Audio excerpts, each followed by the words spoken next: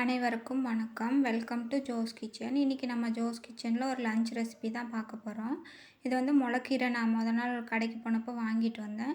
அதை வாங்கிட்டு வந்தோடனே இதை மாதிரி அந்த இலையெல்லாம் கிள்ளிட்டு சுத்தம் பண்ணி கழுவி எடுத்து வச்சுட்டேன் நைட்டு. இது மாதிரி நைட்டே கழுவி எடுத்து வைக்கும்போது அந்த கீரையும் நல்லா ஃப்ரெஷ்ஷாக இருக்கும். அடுத்த நாள் சமைக்கும்போது நல்லாயிருக்கும், நம்மளுக்கு வேலை மிச்சமாகும். அதனால் வாங்கிட்டு வந்தோடனே இது மாதிரி நல்லா இலையெல்லாம் சுத்தமாக பிச்சு எடுத்துட்டு தண்ணியில் அலசிட்டு இது மாதிரி தண்ணி வடிகிற மாதிரி வச்சிட்டோம்னா மண்ணெல்லாம் இருக்காது. காலைல எழுந்திரிச்சோன்னா வெட்டி சமைச்சிக்கலாம். நான் அதனால தான் இப்போவே எல்லாம் க்ளீன் பண்ணி கழுவி எடுத்து வச்சுட்டேன்.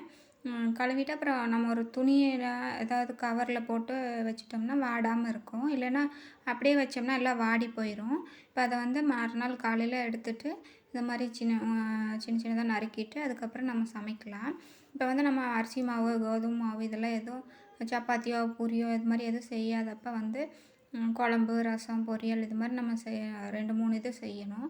இப்போ முள்ளங்கி, அவரைக்காவும் பொரியல் செய்யலான்னு எடுத்து வச்சுருக்கேன். பாசிப்பருப்பில் குழம்பு வைக்கலாம் அப்படின்ட்டு பாசிப்பருப்பு கழுவிட்டு தண்ணி ஊற்றி மஞ்சள் பொடி கொஞ்சம் போட்டுக்கலாம். அது கூட கொஞ்சம் நெய் ஊற்றிட்டு தக்காளி எதுவும் போடலை. தக்காளி தாளிக்கும் போது தான் போட்டு தாளிக்கணும். அதனால் தக்காளி போடாமல் மூடி வச்சுட்டேன். இது சாப்பாடு கழுவிட்டு தண்ணி அளவு ஊற்றி வச்சுட்டேன். இதில் 2மே விசில் வந்துச்சுன்னா அதுக்கப்புறம் நம்ம காய் பொரியல்லாம் செஞ்சுக்கலாம்.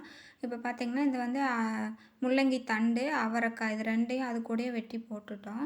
முள்ளங்கியும் அதில் இருந்த தண்டையும் நறுக்கிட்டேன். நல்ல தண்டை மட்டும் நறுக்கி இது கூட சேர்த்துட்டேன். இதில் அவரைக்காயும் சேர்த்து போட்டிருக்கேன். கொஞ்சம் அவரைக்காய் இருந்துச்சு. அதுக்கப்புறம் வெங்காயம், தக்காளி, பச்சை மிளகா, பூண்டு இதெல்லாம் ரெடி பண்ணி வச்சுட்டு இப்போ வாணலி வச்சு காயை தாளிச்சிக்கலாம். ஏன்னா காய் வேக கொஞ்சம் டைம் ஆகாதனால முதலே தாளிச்சிக்கலாம்.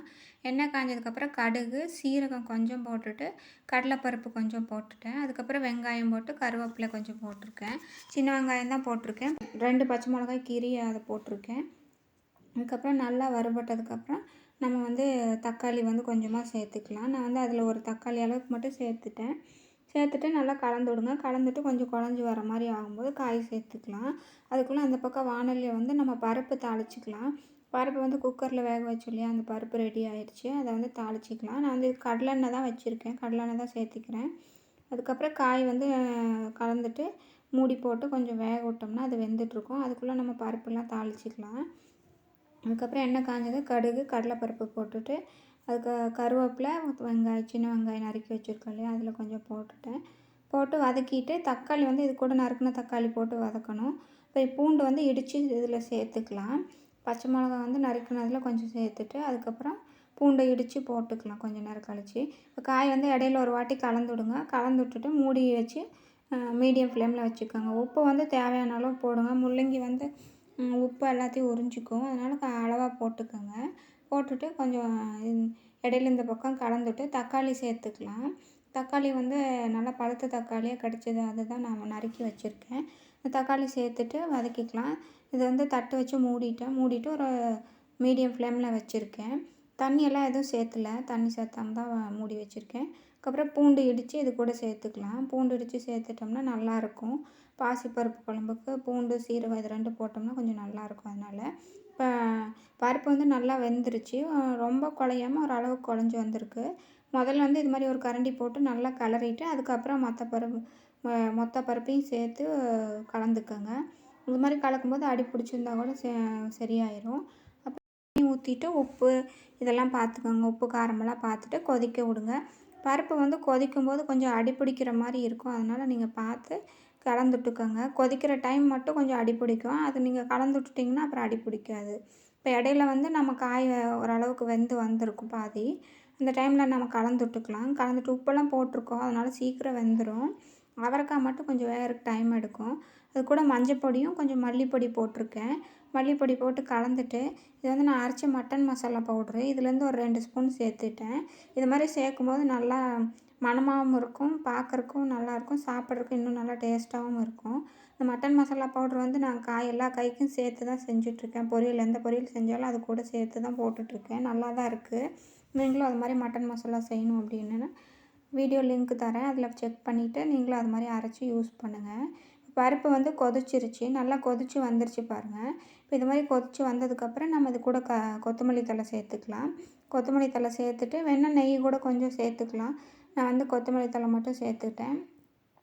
சேர்த்துட்டு ஒரு பாத்திரத்துக்கு மாற்றிட்டு அதை வந்து மூடி வச்சுக்கலாம். மூடி வச்சுட்டு இப்போ காய் வந்து வெந்துருச்சான்னு பார்க்கலாம்.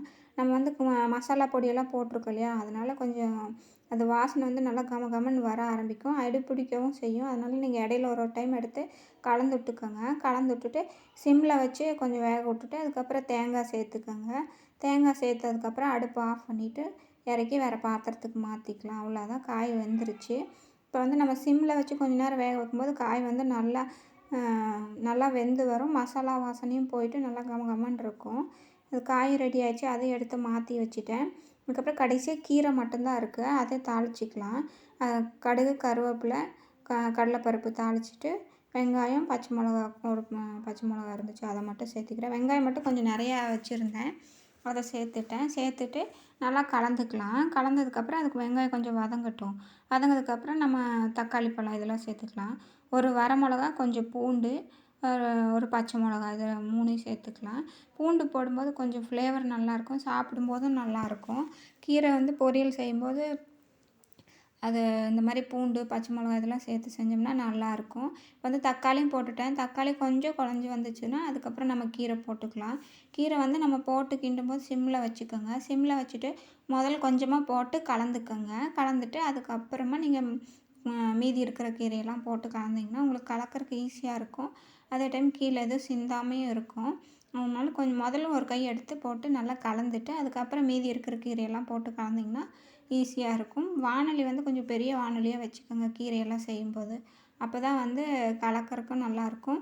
அது வேகறதுக்கும் கொஞ்சம் ஈஸியாக சீக்கிரம் வேகும். இதில் வந்து நான் தண்ணியெல்லாம் எதுவும் சேர்த்தல. அதுலேயே தண்ணி இருக்கும். அதனால் கொஞ்சம் தண்ணி விட்டு தான் வெந்து வரும்.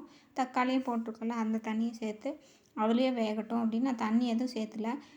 கொஞ்சம் நேரம் ஒரு 5 நிமிஷம் கழித்து மட்டும் ஒரு 1/2 டம்ளர் கட்ட தண்ணி கொஞ்சம் தெளிச்சு விட்டேன். இந்த மாதிரி இது கொஞ்சோண்டு மட்டும் சேர்த்துட்டு மறுபடியும் ஒரு 5 நிமிஷம் விட்டோம்னா நல்லா வெந்துடும். கீரை வந்து நம்ம எவ்வளோ சேர்த்தாலும் அது சுண்டி போயிடும். அதனால் நம்ம உப்பு வந்து கடைசியாக தான் சேர்த்தணும். முதல்ல உப்பு சேர்த்தக்கூடாது. கடைசியாக அந்த கீரைக்கு அளவாக மட்டும் 1 ஸ்பூன் உப்பு சேர்த்துட்டு அதுக்கப்புறம் நல்லா கலந்துக்கோங்க. கலந்துட்டு இந்த டைம் பார்த்திங்கன்னா இன்னும் கீரை சுண்டி வரும். அப்புறம் அதுக்கு தேவையான அளவு தேங்காய் போட்டுட்டு வெந்துருச்சுன்னா நீங்கள் இறக்கிக்கலாம். கீரை வெந்துச்சுன்னா நல்லா மணம் வரும். அவ்வளோதான், சாப்பாடு, பொரியல், கீரை எல்லாமே செஞ்சுட்டேன். இது வந்து முளைக்கீரை பொரியல், அப்புறம் முள்ளங்கியோட தண்டு, அவரைக்காய் போட்டு ஒரு பொரியல் செஞ்சுருக்கேன். பாசிப்பருப்பு வச்சு குழம்பு செஞ்சுருக்கேன். இது மாதிரி நீங்களும் செஞ்சு பாருங்கள். செஞ்சு சாப்பிட்டு பார்த்துட்டு எப்படி இருக்குன்னு சொல்லுங்கள். வீடியோ பிடிச்சிருந்தா லைக் பண்ணுங்கள். ஜோஸ் கிச்சன் சேனலுக்கு மறக்காமல் சப்ஸ்கிரைப் பண்ணுங்கள். இவ்வளோ நேரம் இந்த வீடியோ பொறுமையாக பார்த்ததுக்கு ரொம்ப நன்றி. தேங்க்யூ.